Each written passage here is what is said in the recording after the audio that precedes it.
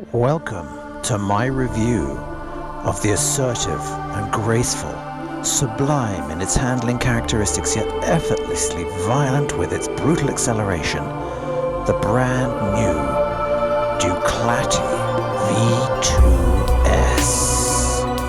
V2S. Okay, you probably spotted it already. This is just a Suzuki, but I had you going with the language, didn't I? Good morning, good afternoon, good evening, wherever you are, folks. Why is it that moto journos are so gushing in their praise of Euromarks whenever they're released? No doubt it's in part to the amazing performance, the specs, the blinged out, pepped up, techno-roided technology that comes on those wonderful European marks. In no small part, it is due to the bikes. They are lovely bikes, by and large, but they're not without their warts, without their wrinkles. However, it's got to be more to it than that. Is it the expensive press junkets that many of the prominent moto journos get invited on, where those machines are pimped? Or is it the advertising revenue that many of the magazines and content creators are beholden to, and therefore their editorial hands are carefully leveraged and guided to say what is needed to be said? There's no doubt the incredible performance, the bling, well, they wink to the magpie in all of us.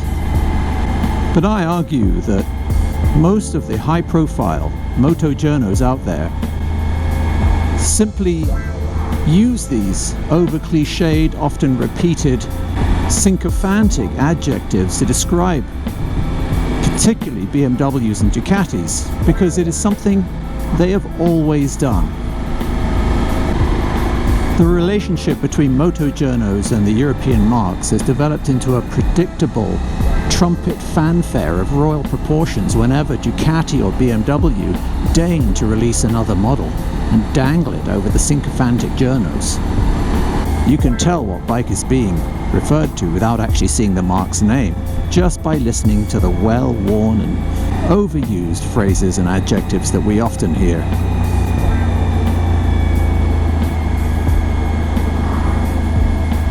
And by and large, those fortunate enough to be invited to the test press junkets predictably spew out the same overhyped, overused phrases, and those who aspire to be doing that or wish to be invited to those press junkets in the future simply echo what they hear, what they read on the screens, or what they read in the mags. And this has gone on for decades, each decade feeding into the next one, creating an incestuous orgy of overblown adjectives to describe these bikes, until pretty soon we just run out of things to say about them. The moto journos seem to have forgotten about truth in advertising. It appears that if you're birthed a BMW or a KTM, then there's a whole raft of checks that you get born with.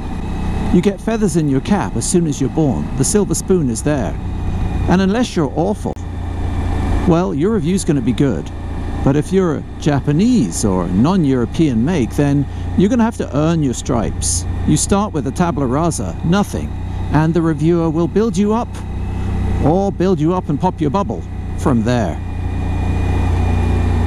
If you're birthed into the world as a Ducati or a BMW, then unless there's something glaring, you will be heralded as the next coming. But that the previous generation, that will have its blouse ripped off and all its warts exposed. That didn't happen at the time that it was birthed. Oh no. When it was heralded by the mass media, none of that was exposed.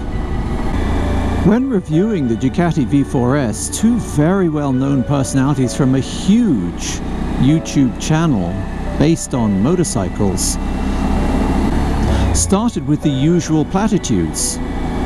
It's a throbbing beast. It's an Italian passion machine. But then, surprisingly, they let us into a few secrets. Secrets about the previous generation. This bike is smooth. It's the first Ducati I've ever wanted to ride around town, they said. When did we hear in the mainstream media that you couldn't ride a Ducati at low speed around town? Now, I know owners' reviews have talked about it, but the media never have. That seems more than a little surprising to me, but it goes on. They then said, and the gears, it's so easy to select a gear. There's no problem between 4th and 5th. It's a smooth gearbox. There's no head shake. There's no bucking. There's no clattering. This bike is too easy to ride. You could close your eyes and you could be riding anything, letting us know that the previous generation of the Street Fighter was, in fact, not as perfect as the armies of moto journalists had preached. Sacrilegious. And this retrospective ripping off the blouse to reveal hitherto undisclosed character flaws of the previous iteration of the Ducati or the BMW appears to be a technique used by many motojournos to reacquire a shred of journalistic integrity after the fact. If you want further proof with respect to many mainstream motojourno biases towards Euro bikes, and I'm sure you don't really need it, but here's one anyway.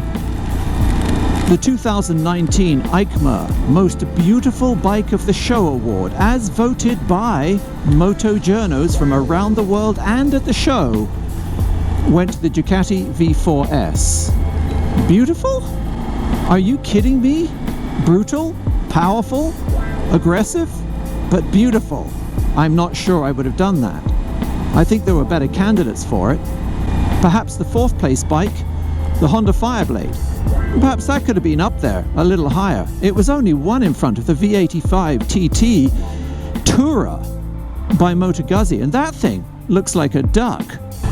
One high-profile motojournalist who has reviewed both the Ducati V4S and the Kawasaki ZH2 went to say about the Ducati V4S that it was a beautiful-looking bike, and went on to say about the ZH2 that it was a very ugly, bulbous-looking motorcycle.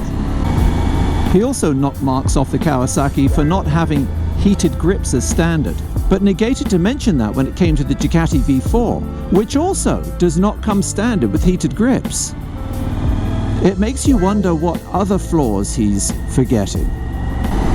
I put it to you, the Kawasaki ZH2 is no uglier than the Ducati V4S, and that in fact, if that beautiful TIG welded lattice frame were painted grey, and we slapped a coat of Bologna red on the tank together with Ducati badge, many of those same moto journalists would try to convince us with their fruity words and their wonderful punchlines that in fact this was the nearest thing to purchasing Woody Allen's Orgasmatron, and that we should all hop out and get one immediately. But perhaps the V4S has bigger problems than heated grips. And we'll have to be patient until the next iteration of the V4S is released. And then perhaps if we're very careful and we read between the lines, we might be let into that little dark secret. Once again, thanks for watching everyone. If this is the first time you've watched, please consider subscribing. I do product reviews, motorcycle reviews, off-road and on-road vlogs, as well as tours. Don't forget to follow me on social media, that's Instagram, Facebook and Twitter, and to like, and especially, I'm begging you here folks, subscribe. This is the BlueMarbleRider, out.